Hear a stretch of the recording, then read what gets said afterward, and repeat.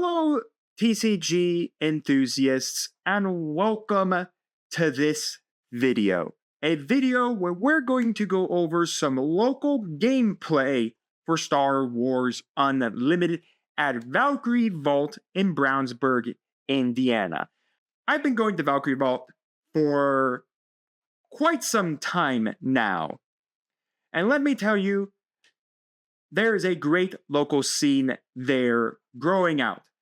And I decided as a content creator, I wanted to bring you more Star Wars Unlimited content, more than just Karabast. I wanted to bring you some local gameplay so you guys can see like local decks being played over instead of Karabast. Well, Karabast is really nice because we get digital play and you can play basically anywhere instead of a local scene.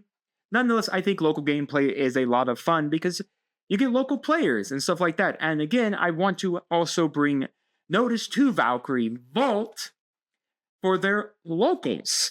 So if you guys are looking for a place to play and you're in the Brownsburg area or in the Indianapolis area, this is a great place to play. They play Thursday nights at 6 p.m. We're getting about 9 to 10 people to come out to play every night, including myself. And then we only really do about 3 rounds of gameplay. Then Valkyrie Vault gives you your Pop-Tart pack, and then gives at least one pack to you of the set. So, I mean, you can pay your $5, you're walking out with the promo pack, and you're walking out with at least one pack. And if you do better, you might get even more packs. So, it's a really nice shop. If you're looking for Warlord Games paints, if you're looking for D&D models, anime statues, Magic the Gathering, Pokemon, Yu-Gi-Oh! They're getting into, Bandai card games, a Lorcana spot. They do have a big Lorcana following, so if you're looking for all of that, they all have it here at Valkyrie Vault in Brownsburg, Indiana. I will leave a link down in the description below to the webpage so you guys can go to that. There you can also find a link to their Discord server. Now, a little disclaimer here before we get into this first game here. The players will be completely anonymous. I will not speak their names or anything like that.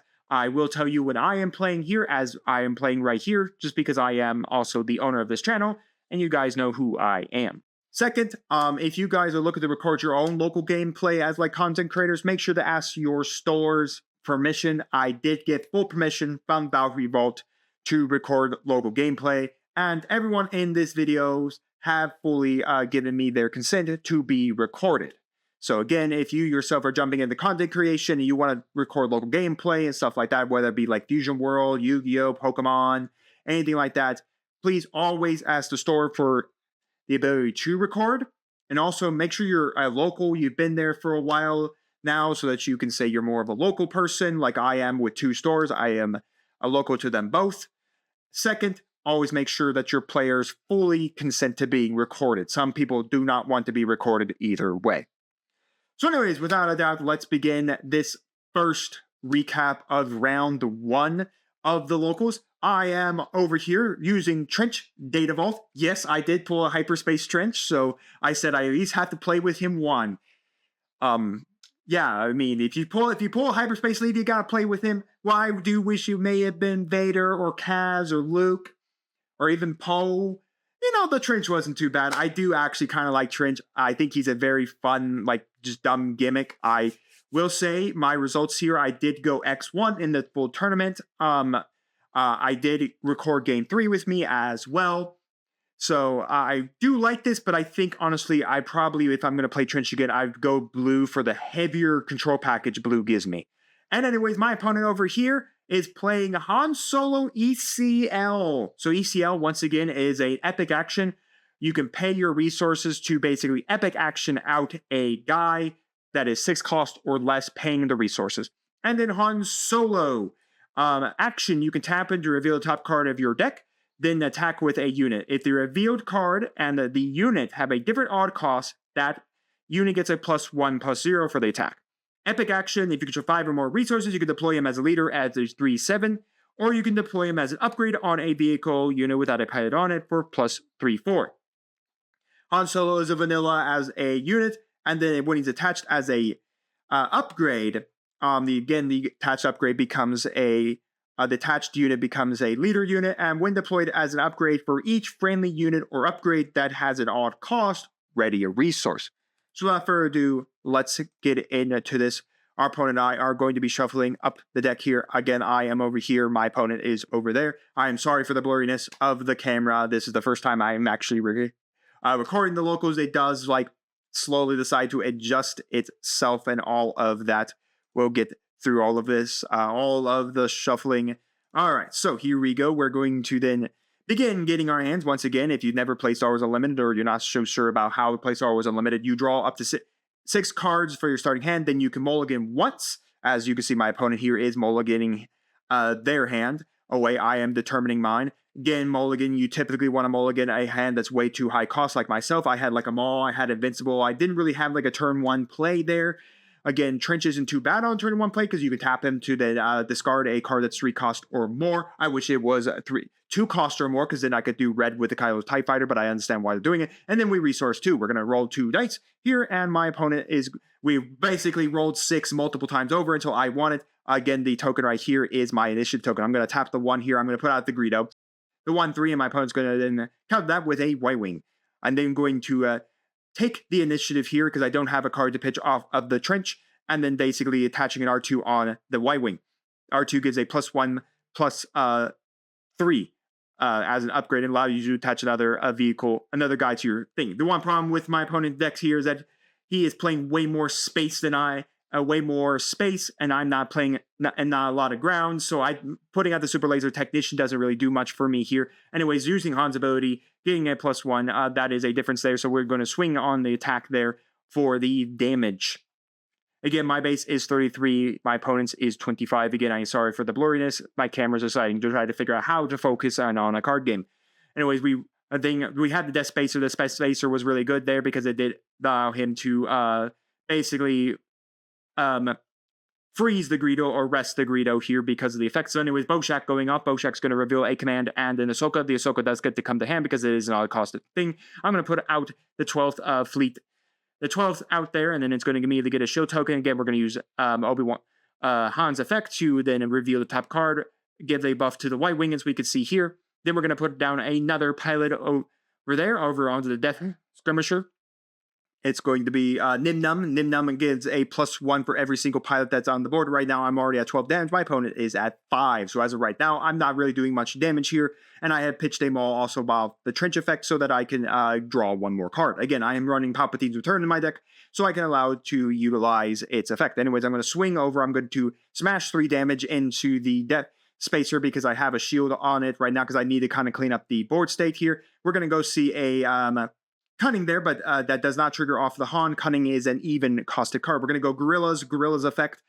He is just going to take the damage to his units so that he does take it to base. When Gorilla's deals at least 1 indirect damage to base, it does get to restand itself. Again, the problem here is that fact that there's not much ground going on here, so we're going to do much. Unfortunately, my Greedo decides to exactly hit a non-unit card in the aspect of I probably should have skipped that trigger there. So really quick here, what Greedo did on his death. So Ahsoka punched into Greedo, killed off Greedo, and then Greedo reveals the top card of my deck.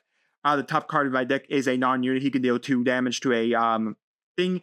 There, I should have actually just skipped the trigger on the Greedo. I can't remember if it's actually mandatory. If it is, then it really sucks. Because what I should have actually done there, if it wasn't mandatory to skip the Greedo death trigger, was actually not milled the top card, was to swing the Super Laser Tech into Ahsoka and still knock out Ahsoka. That was 2 damage off to knock out Ahsoka there. And then I could have put the Super Laser Tech into my resources. Nonetheless, if it was mandatory, there's nothing I could do. Again, he didn't run enough ground to where this Super Laser Technician was really 100% resourceful. Again, I am a green strategy, so I do want to be kind of ramping in this.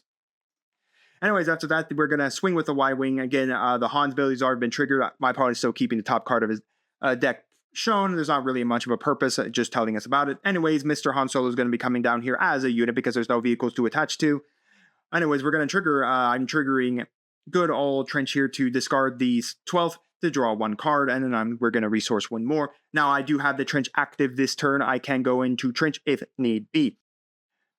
I am going to then swing the 12th into the Skirmisher, knocking it out. Again, the problem is the Y-Wing is so massive. I think it's because it's gotten 2 health off Boshak, 3 off of R2, and then like it's 3 natural health. Anyways, using command or cunning here to then rest, of course, both my guys. And then I'm going to pitch the Darth Vader there off of that. And then I'm going to use Palpatine's Return. I'm then going to go grab the Darth Vader. Darth Vader's effect, so I'm going to look at the top 10. And then I get to play up to villainy cards up to a cost of 3 or less. I'm not running any form of the blocker, I forget, from set 2. The Phase 3 Dark Trooper, so all I get to play here is the 12th here, as my camera has decided to do everything. But again, I decide to scoop it up here at this point, because I basically have lost my opponent. I have no way to deal with the Y-Wing or anything like that, so I'm just going to scoop it up and give Game 1 to my opponent. My opponent and I are setting up here as we move into Game 2, as my camera decides to still struggle to figure out, wow, the functionality of staying on focus. Definitely we'll need to catch that the next time. Anyways, we're going to start off with the Bazine. Bazine looks at my opponent's hand. I'm going to take out that Millennium Falcon. That's the best thing. But Bazine does have a counteract effect that my opponent does get to draw 1 after I pitch 1 card from their hand. They're going to go with a Wolf Pack. Nothing they could really do with the Wolf Pack here. So I'm just going to simply tap the good old trench here and then pass. What I should have actually done here, folks, is that I should have just taken the initiative, because I have a P-38 in my hand. So I should have actually claimed initiative, P-38 to kill off the Wolf Pack before my opponent, of course, plays any guys, because again, he's so pilot heavy right now in this Han Solo deck that really what's annoying is that he's just basically going to be able to play a whole lot of things. As we can see here, we got a P-38 coming out, but he also attached already an R2-D, a Nimnum pilot under that Wolf Pack, so that Wolf Pack is even more dangerous. When I should have actually probably done is 100% just simply have just passed the turn, again using the Han Solo to also attempt to get the buff to the Wolf Pack. But what I should have done there 100% for that starting turn was just take claim, not done trench, just claim, done P-38, kill off the Wolf Pack. So anyways, I did swing the P-38 into, I did not trigger the effect of the P-38 to give 1 damage to anything. We're going to have my opponent play a Bowshack onto the ground there. Nothing Bowshack can really do. We're going to do Strike True from the Bazine to kill the Bowshack. My opponent is going to claim, I'm going to do a Crafty Smuggler, and then we're just going to pass from there. After this, we're going to go and resource. We're up now to 5. We are 1 away from Trench being able to trigger here. I have a pretty good stack there for Palpatine's Return. I am holding, like, I believe I have at that point a Maul still in hand. I have a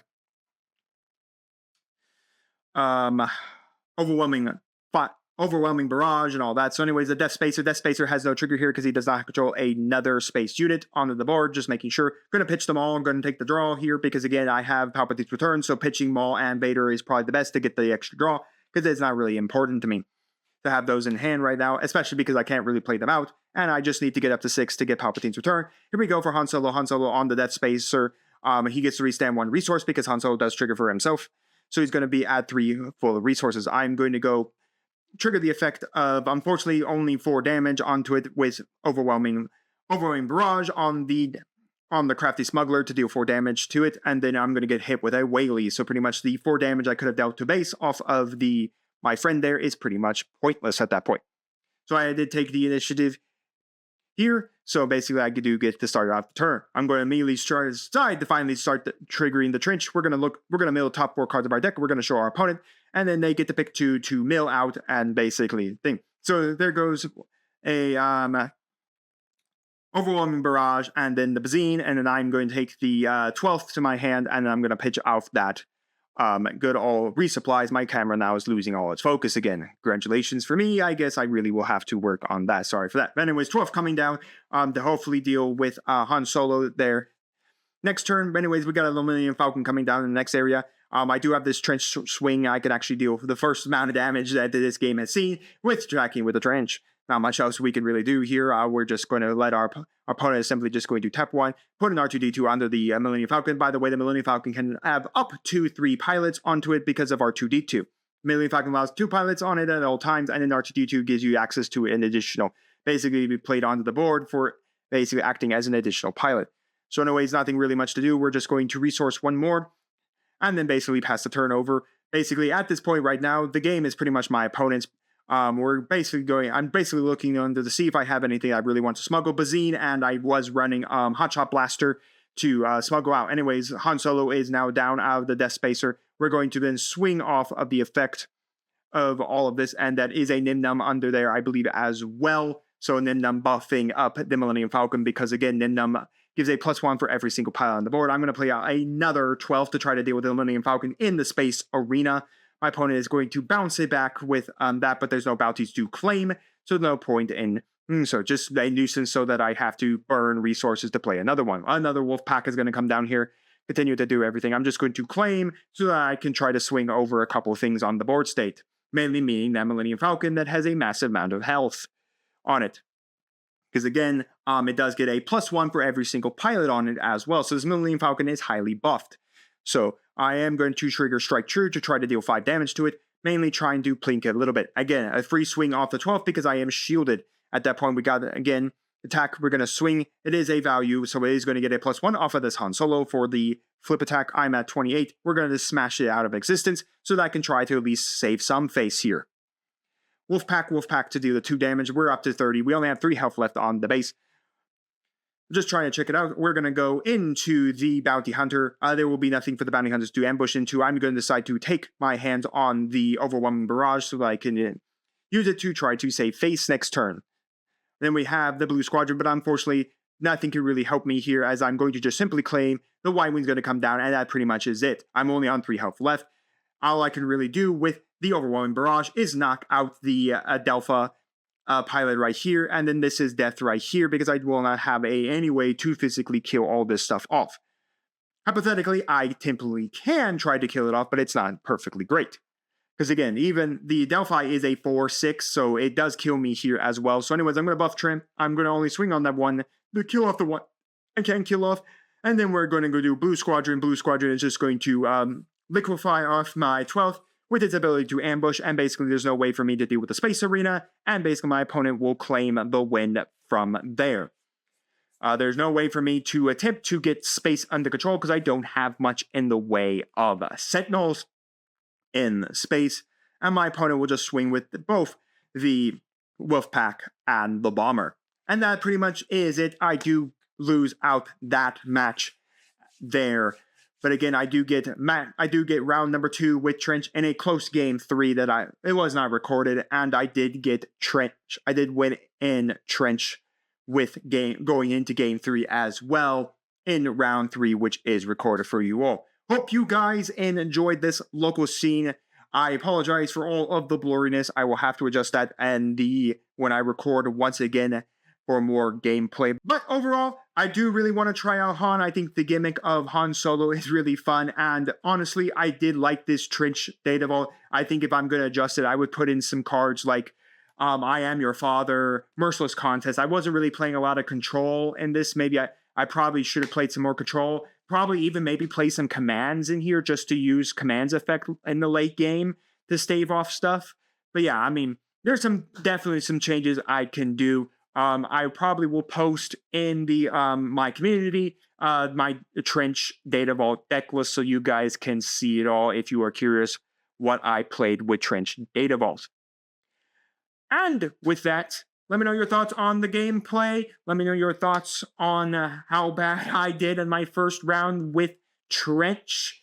Tell me how awesome the Trench showcase is so I can be justified for having it in my collection. Yeah, let me know all your thoughts down in the comments. I can definitely say right now, I have played a Trench Blue or Trench Colossus popping up in YouTube right now for you all. I highly recommend you check that out if you're curious about another Trench build. I actually preferred that Trench over this Trench, but I'm glad this Trench did at least give me 2 games. 2 wins overall in the 3 rounds. Yeah, let me know all your thoughts down in the comments. And while you're commenting, do make sure to like the video, subscribe to the channel, or ring the bell so you can know if my videos go live for you. And we'll see you next time. I'm Dragons TCG.